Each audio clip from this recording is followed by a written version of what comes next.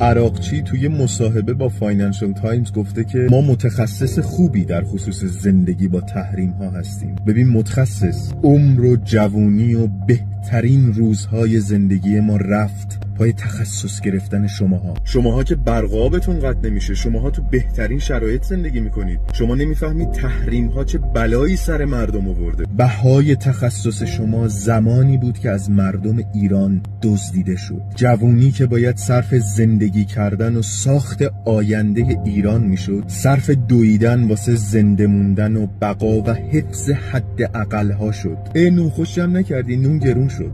آب جمع نکردی، آبا قطع شد. موتور برق نگرفتی، برقا مدام قطع میشه.